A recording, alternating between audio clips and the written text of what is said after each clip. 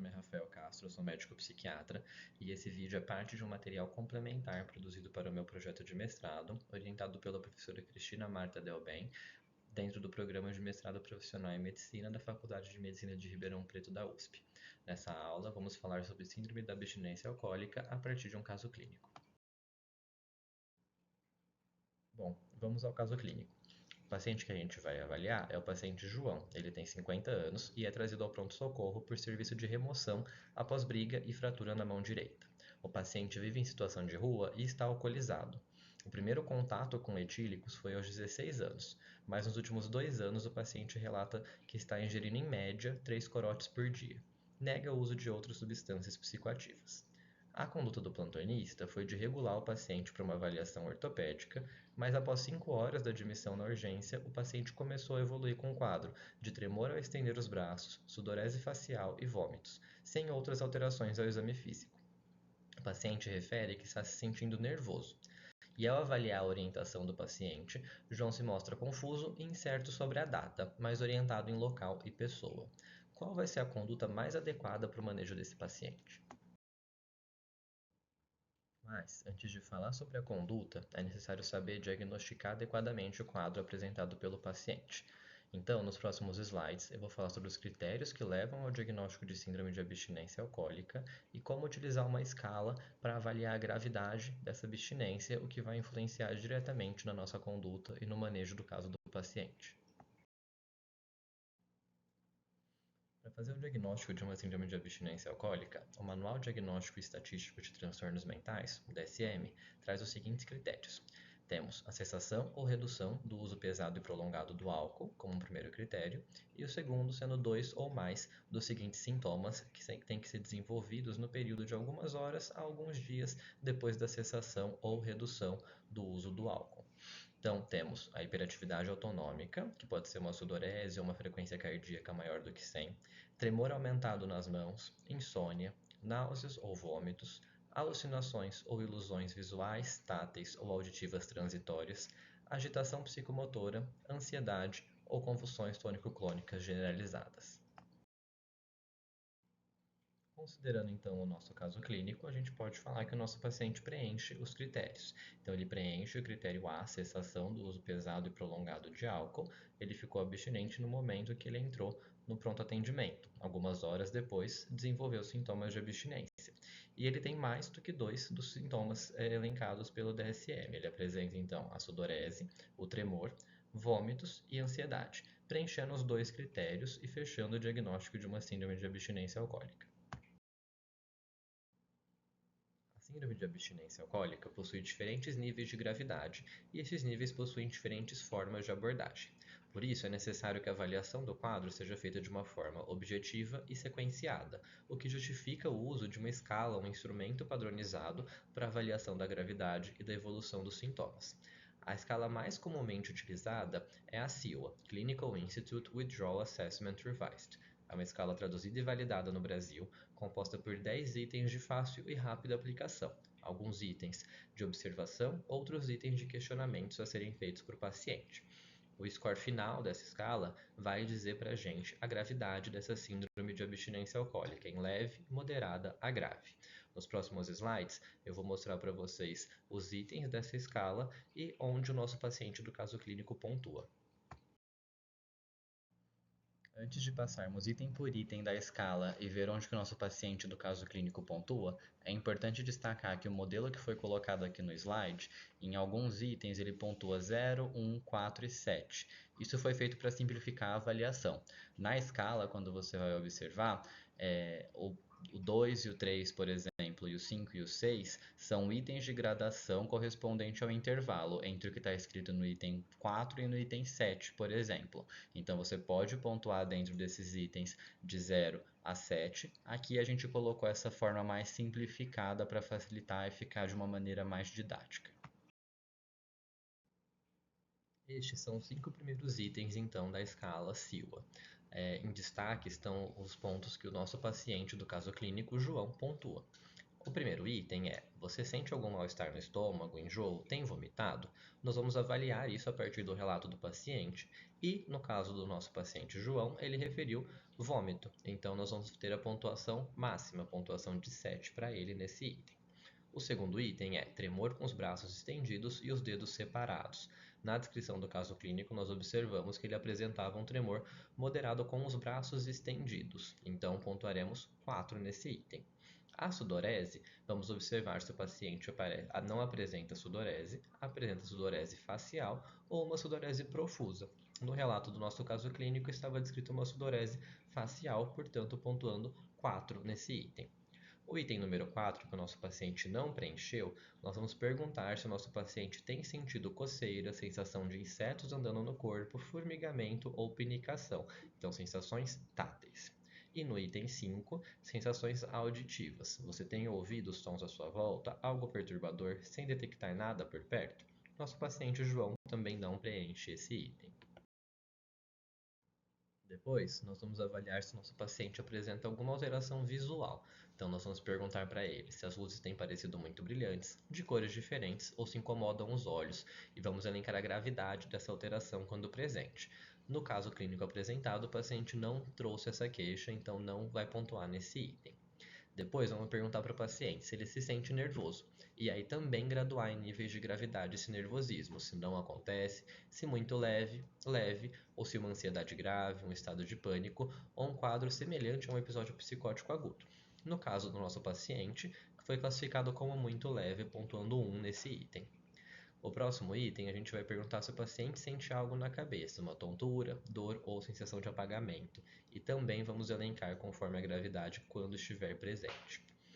O item número 9 é um item de observação, que nós vamos ver se o nosso paciente apresenta algum nível de aumento de atividade motora, algum nível de agitação, e pontuar a partir disso em 0, 1, 4 e 7. O nosso paciente não apresenta agitação, então, portanto, ele não vai somar pontos nesse item. Por fim, o item número 10 é onde a gente vai avaliar a orientação auto e alopsíquica, perguntando diretamente para o paciente. Conforme foi descrito no caso clínico, nosso paciente ele estava orientado em local e em pessoa, mas ele estava incerto e confuso sobre a data. Então, por isso que nesse item o nosso paciente vai pontuar 1. Fazendo a soma de tudo que o nosso paciente pontua na CIO-R, então temos um score total de 20 pontos. Quando a gente vai olhar na escala, ela mesma traz os pontos de corte para classificar os níveis de gravidade. Então temos que uma abstinência leve é considerada quando pontua de 0 a 9 pontos, uma abstinência moderada de 10 a 18 pontos e uma abstinência grave mais do que 18 pontos. Portanto, o paciente do nosso caso clínico tem um diagnóstico de uma síndrome de abstinência alcoólica grave.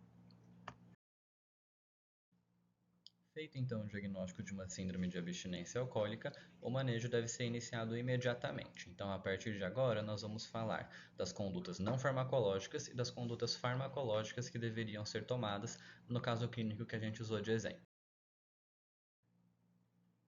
A primeira coisa, então, assim como em qualquer outra condição médica, é você explicar para o paciente, para os familiares ou quem estiver acompanhando ele, o que está acontecendo, qual que é o diagnóstico, o motivo do paciente estar apresentando aquela sintomatologia. E aí, a partir daí, você vai direcionar esse paciente para um ambiente mais calmo, com menos estímulos, de modo a que ele fique mais confortável até que tenha melhora dos sintomas que ele está apresentando.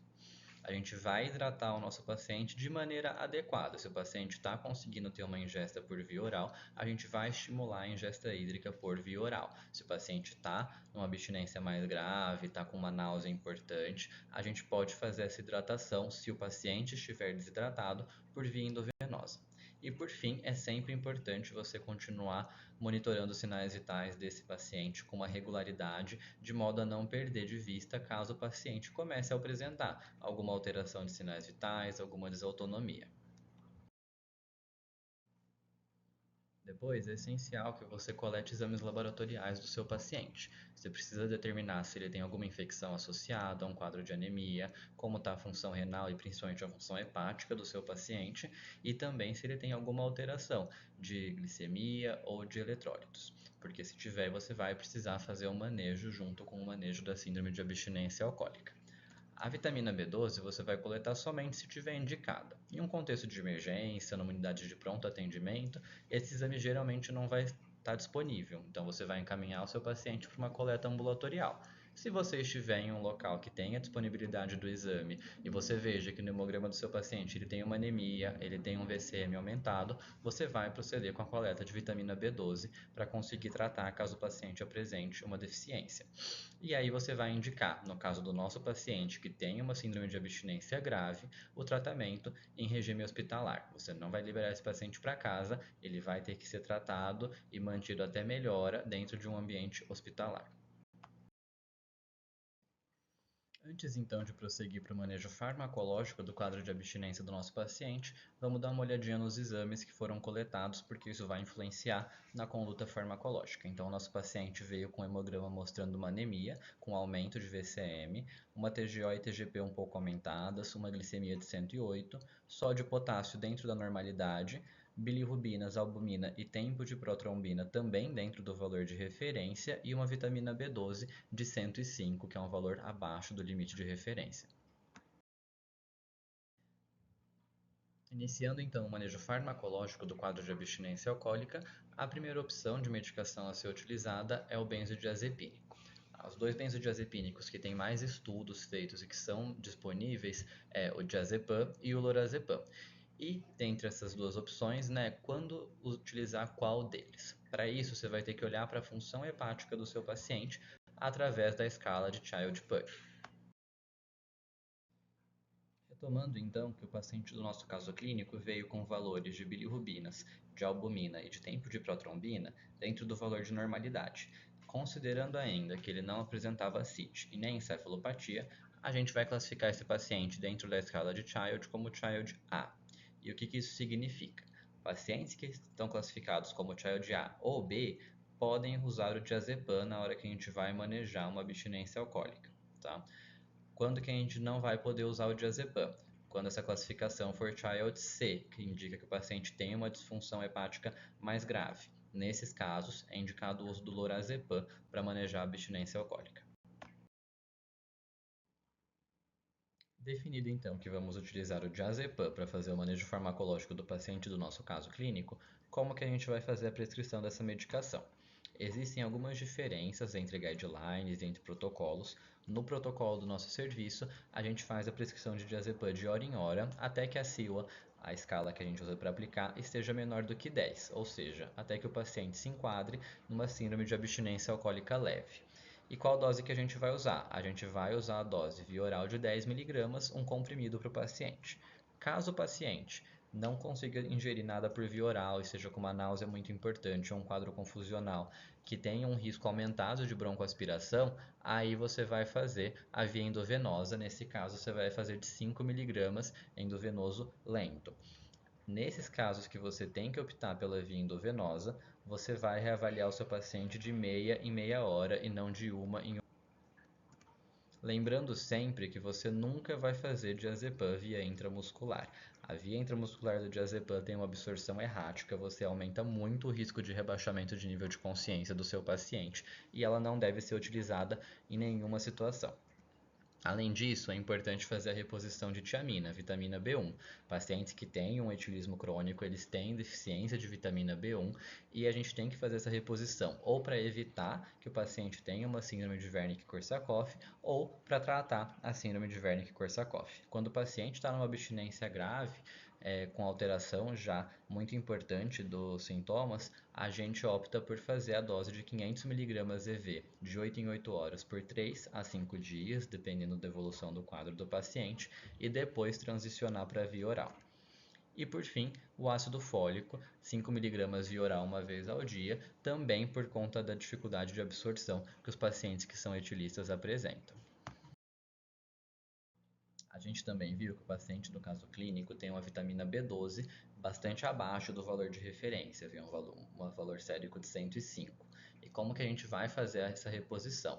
A gente vai repor via intramuscular no seguinte esquema: 5.000 unidades intramuscular por dia por 7 dias. Depois disso, 5.000 unidades intramuscular por semana por 4 semanas. E por fim, 5.000 unidades por mês até completar 6 meses de tratamento. Essa é a maneira que nós preconizamos aqui no nosso serviço da reposição intramuscular da vitamina B12. Bom, então para finalizar, eu vou mostrar para vocês um fluxograma de como definir se o tratamento do paciente com abstinência alcoólica vai ser ambulatorial ou hospitalar. Então, a partir do momento que você identificou os sintomas e que o paciente teve uma cessação ou uma redução abrupta do uso de álcool, você fez o diagnóstico de uma síndrome de abstinência alcoólica, prontamente você vai aplicar a escala SIL-AR para determinar a gravidade do quadro, porque é a partir dessa gravidade que você vai poder definir o tratamento ambulatorial ou hospitalar. Você vai dividir se o paciente apresenta uma síndrome de abstinência alcoólica leve a moderada ou grave.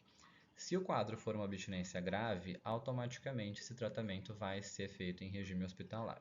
Se for leve a moderado, você vai ter que se perguntar se o paciente tem um bom vínculo com o serviço, se ele tem um bom suporte social e se ele tem pouco comprometimento nos sintomas que ele apresenta. Se você responder sim para essas perguntas, o tratamento pode ser feito via ambulatorial, desde que você consiga garantir uma reavaliação breve do seu paciente. Se você responder não para alguma dessas perguntas, você vai indicar o tratamento em regime hospitalar até que o paciente apresente uma melhora dos sintomas.